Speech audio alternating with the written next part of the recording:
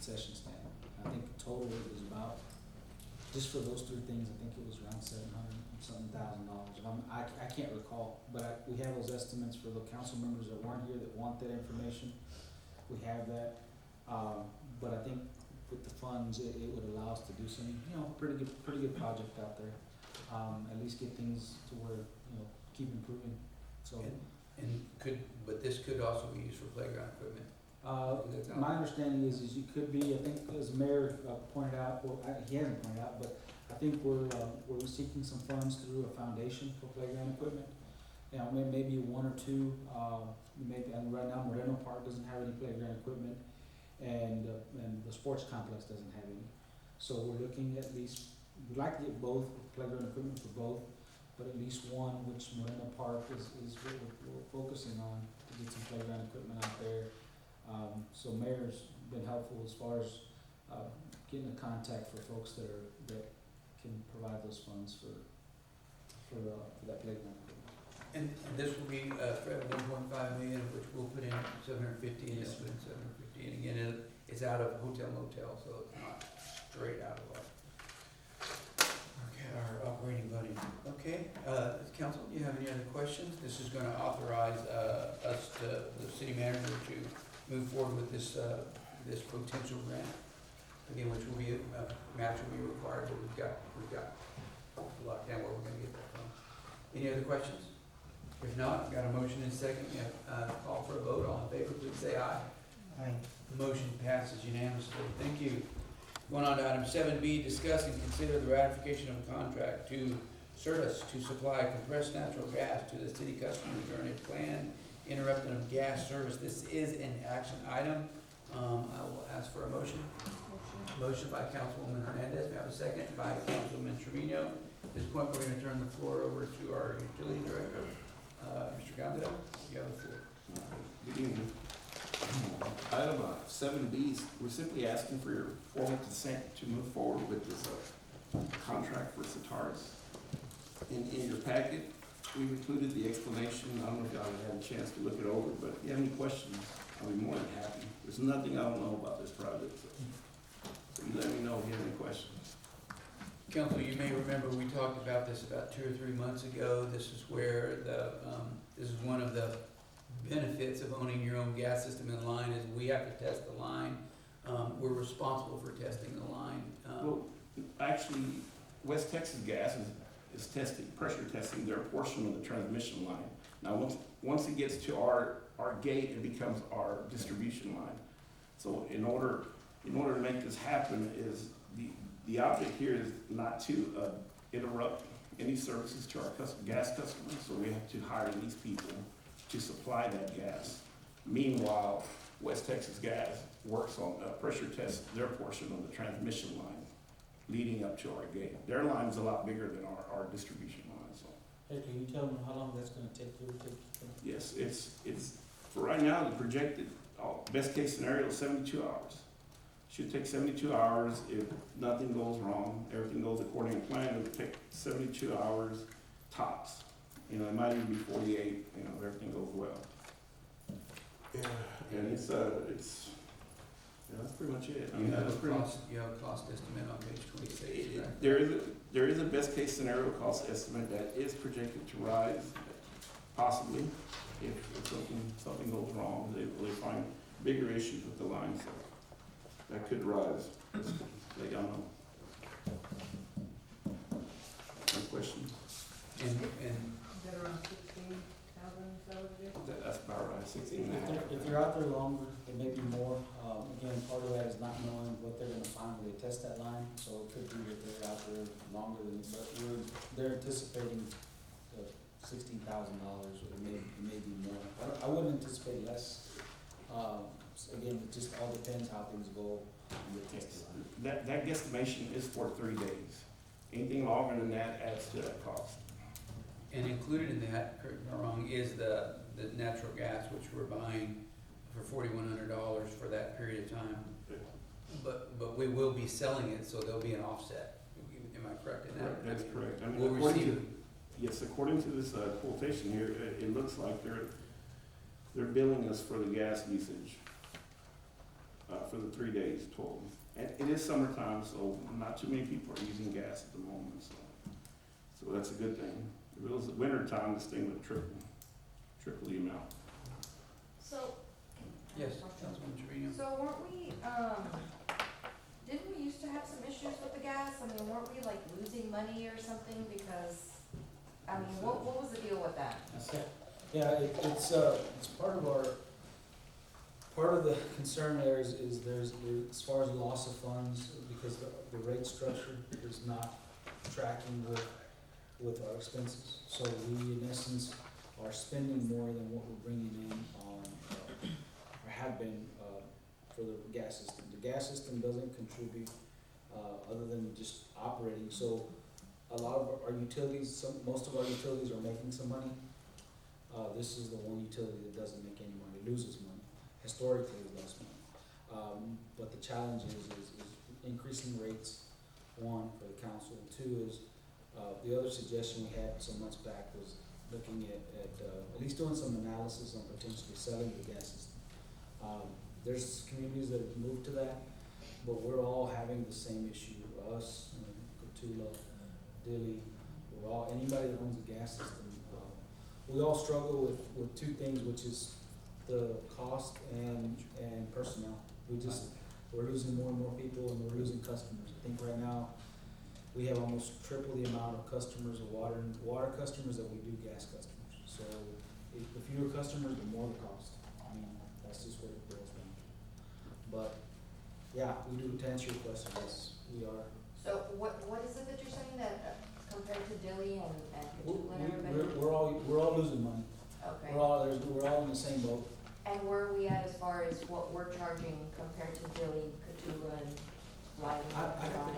I have to check, I can get that information, I don't have it with me, but I can get that. I would probably say about the same, on the gas side. But I have to get that, cause I think we're all, again, part of the problem is we're all losing money. I don't think there's anybody that's making money on gas, simply because we can't keep up with the amount of customers is, again, as you start losing customers, just think about it that way, the more customers you lose, the more the cost you have to spread it out amongst fewer people. And so right now, or entities, whatever the case may be. So that's what we're dealing with, is the loss of customers and trying to figure out what rates people can tolerate, if any, increasing rates. Councilwoman, it is a great question. Fred and I had this discussion regarding this today, and it is, we brought this before council earlier last year in mid-season, and council really didn't have a desire at that time to sell off the services, which a number of our communities also do that. The numbers in the back of my head, Hector, correct me, but we have about 3,000 water taps, commercial and industrial. We have about 900 gas, something like that. So again, and then the Railroad Commission mandates a certain amount of investment into the pipelines annually, which is expensive. If we didn't own the system, this wasn't be our responsibility at all. So I'm very much in favor of us analyzing it and seeing. If you look at the numbers that you do, you can look at our revenues from our gas side and our expenses and see what it's costing us. And so I'd like to either, I mean, it is what it is, and it should at least break even or make a little bit in order to fund the repairs, or we need to consider what some of these other communities have done and sell that off and let that be somebody else, which is something that we would go through the complete understanding of what all that entails. But that's certainly my position. I've shared with the city manager, and then it'll be up to council to decide what to do, but we will be looking at that. I would like to add something. This process is to be repeated every 5 years. This what we'll have to go through this every 5 years and moving forward. Yeah, so That's FYI. I think James had his question. So, council, you see what's on the table now. This is an action item. This is something that we don't have a choice. We need to do. And it is an expenditure which we hope will be a little bit less than that. Again, it'll be offset with some gas sales, so it won't be quite this much. Hopefully, Hector's on top of it, so it won't be any more than this. But any other questions? I'm sorry. James? Yes. Councilman Leo? You need to turn on your video. Hold on. There it is. There it is. Okay, perfect. What time does it Hey, show? can you hear me? Can you see me? Welcome. What Yes, time does it sir. show is in the That is meeting? Is it just get on? 7:57, as long as he's, Okay. visible. All right, we've got you. All right, council, you have any Okay, more questions? Mayor, if I can have a minute to speak on this, Fire away. on the gas.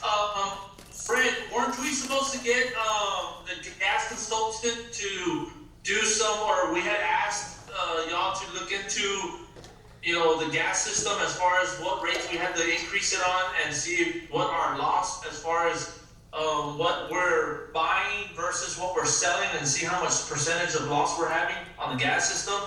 Was that ever done, or did we have to revisit that with, I forgot the gentleman's name, Peña, isn't it? Yes, that has not been done. What we're gonna do, we haven't, I think we're gonna use our audit information. We have not done that, council member. And then come back to the council then and see, if we wanna move forward to hire Mr. Peña, to do some more analysis. But to answer your question, no, that has not been done looking at our audit information, but I will work on that. It's on my to-do And list. Fred, I did, I acknowledge that, there's a lot of, we're getting more water customers than gas customers, but have we considered, or do you know, maybe in the past few years, has the city done like some sort of rebate for people to get gas appliances? I know that the city of San Antonio was doing that for quite some time, because it, of course, takes the load off of the grid, and it also allows some revenue for the city on that side. Is that something that maybe we could consider? We could consider, Councilmember, one thing we were looking at, and we've done on a couple occasions, is offer free taps. And I know that there's been some rebates, like, not for necessarily for appliances, but for, I know there's been rebates for people that have tied into the gas system. I think I've seen some rebates with other communities that they've paid for those taps and the actual running of the line to people's, to their home.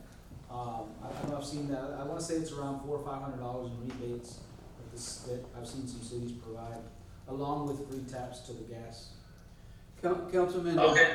Councilman, Yes, sir. to that question, Ram, and maybe Sonia, you can help, and this is going back on memory, so you guys help me with this, but, I think we declined that consulting service. It was about 15,000, if I recall, to have a consultant, and the council declined. So we did, if I'm not mistaken, we put it on hold because we wanted the city to do some analysis, and then we were going to determine if we wanted to get Mr. Peña to come back, Yeah.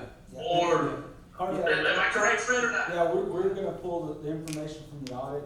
The audit was complete, I think, in early April, because I think we came and presented to the council. So we have the audit information, we just need to do some additional analysis on the audit. Yeah, that, I do recall that, but it was an internal review. We weren't, at this point, gonna look at some Yes. external. And once we did the internal audit, we were going to determine whether we wanted to bring Mr. Peña back, or if we wanted to just, go along with the internal audit first. We can entertain that, council member. If you can give us a little bit of time to do that analysis, then we can bring that back to the council. Most definitely. Yeah. All right, thank you very much. Great question, James. Any other questions? If not, we'll ask for a vote. We've got a motion and a second. All in favor, please say aye. Aye. Motion passes unanimously. Thank you very much. All right, moving on to item 7C, discuss and consider ordinance number 2023-0701, amending the adopted budget for the fiscal year beginning October 1st, 2022. This is an action item. I'll call for a motion. May I have a motion? Motion by Councilwoman Hernandez. May I have a second? By Councilwoman Trujillo. City Manager? Can we tie these together there with item 7B? I forgot the answer. Okay, all right. Council, let me read the action item on 7D. Discuss and consider awarding the bid for the East Carter Street improvement and authorizing the city manager to negotiate and execute a contract for this project. These two go together. We're going to amend the budget to move the money from sales tax into, because we have had so much more windfall, and then move it into our street budget. And so these two actually do go together. And so I'm gonna ask, Councilwoman Hernandez, you made a second, Councilwoman Trina, you made the first, you made the second. If you'll amend that to include items seven C and seven D as one, they're in favor of that. So we've got item seven C and seven D on the floor, city manager. The floor is yours. You wanna explain the street project? Secretary, the floor is yours. Again, simply we're just asking to move forward. If some of y'all recall, back in late 2020, we came up with a list, and this is just a continuation of that list. So far, we fulfilled project 1 through 3, and this is number 4 on that list. And we'd like your consent to move forward. We're ready to go as a department. We're ready to start ripping that road and get going with it. And I would like to address that we are going off that list. That list is in here. I don't know if y'all remember that list, but Right there. the very last page. Page 48 of the packet. Oh, there you go. Yeah, that's the list that the council approved.